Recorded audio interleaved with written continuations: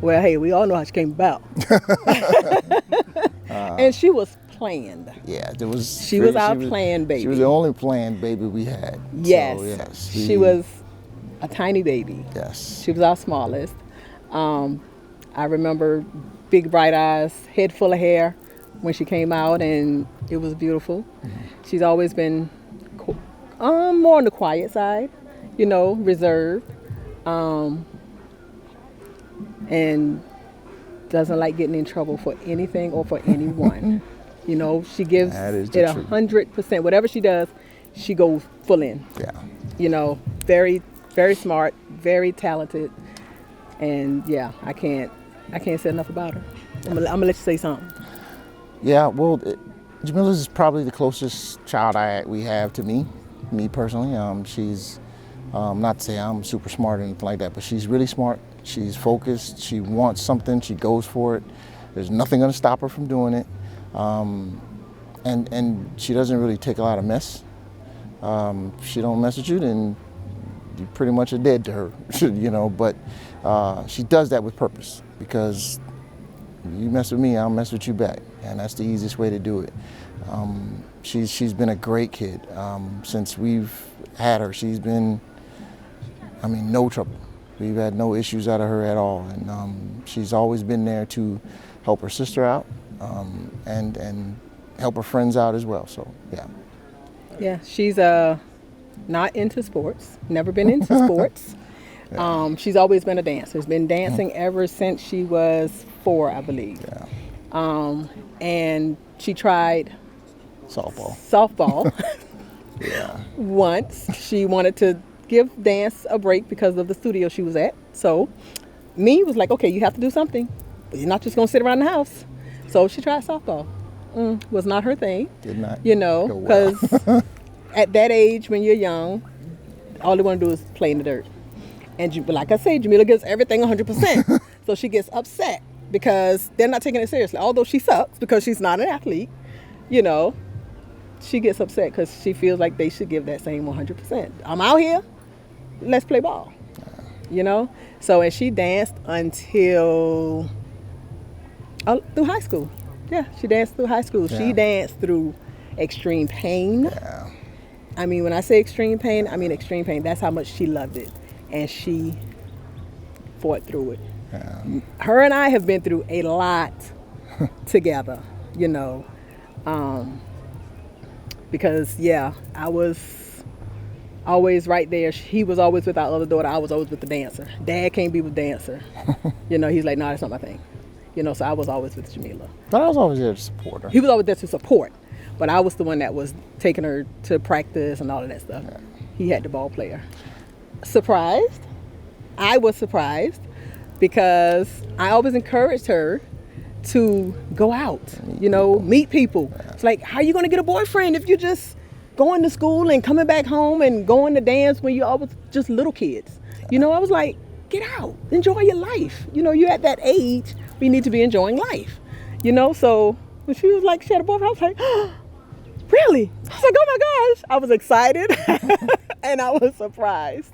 Well, as dad, I was a little taken back because, initially we were in Virginia at that time, and she moved down and came down to Augusta, and she was, we had got her a little apartment, so she was right off campus, and she's focused. So we were just. Before, she just told us, hey, Dad, I don't do nothing but go to school, go to dance, go right back home. And I'm like, okay, cool.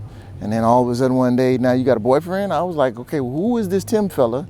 And when am I going to meet him? Because if he took you away from your norm, I need to know who this is. And so we, worked toward, getting a meeting with this young fella. And Tim was a good guy, right from the jump. He was, from day one, he was a good guy. So when I met him, I said, okay, now I see why she picked him, because I don't know what was going on with her, but it was tough to break that wall to get in there, at that time. And Tim did it somehow, I don't know, and it just seemed they were one, at one point. So I was like, okay, well, this Tim guy's all right. Now let's just see if he sticks around. And that was years ago now. So yeah, he's been sticking around. Tim's a good guy, so he fit right in with our family. I mean, he jumped right in, and I mean, when we were doing family outings or we're dressing up in pajamas for Christmas, Tim was right there. You know what I'm saying? It's so it was kind of a match made in heaven for them. So You guys. It's been great. We have truly taken him in Yeah. as, a part of our family. And it's been that way really since we met him. Yeah. And we told him since we met him, you are now a part of our family. And we love you as part of our family. And we will always love you, and we will always be there for you. Yeah, it's been an easy transition actually, because Tim. Well, one, he's been around. He's been around before they actually got married, but since they've been married, Tim's been great. Tim's the kind of guy that asks questions about, because he doesn't want to make mistakes. So he'll ask, "Hey, is this right? Hey, what do you think, Mr. Parker?" And I'm like, "Hey, man, do what you got to do. If you're doing something wrong and you ask about it, maybe it's just time for you to learn a mistake, so you never to do that again."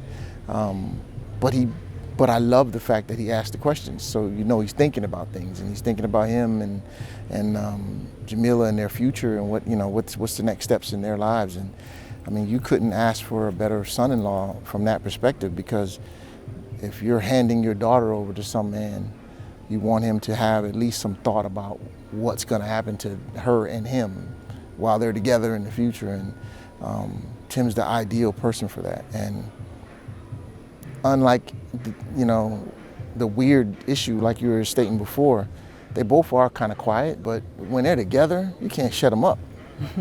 So it's like, okay, that's their thing. They know, okay, I can be open with each other, so that's where they open up. And I see that a lot, and it's good. It's refreshing to know that you see young folks and they're growing up, and they're growing up together just like we did. We got married young as well, so and we just hit 31. 30. Yeah, we're so it works. It does work, but they're clearly on the right path, and that's refreshing to me as a dad. Stay true to them. Keep the lines of communication open. Put in the work, because marriage takes work.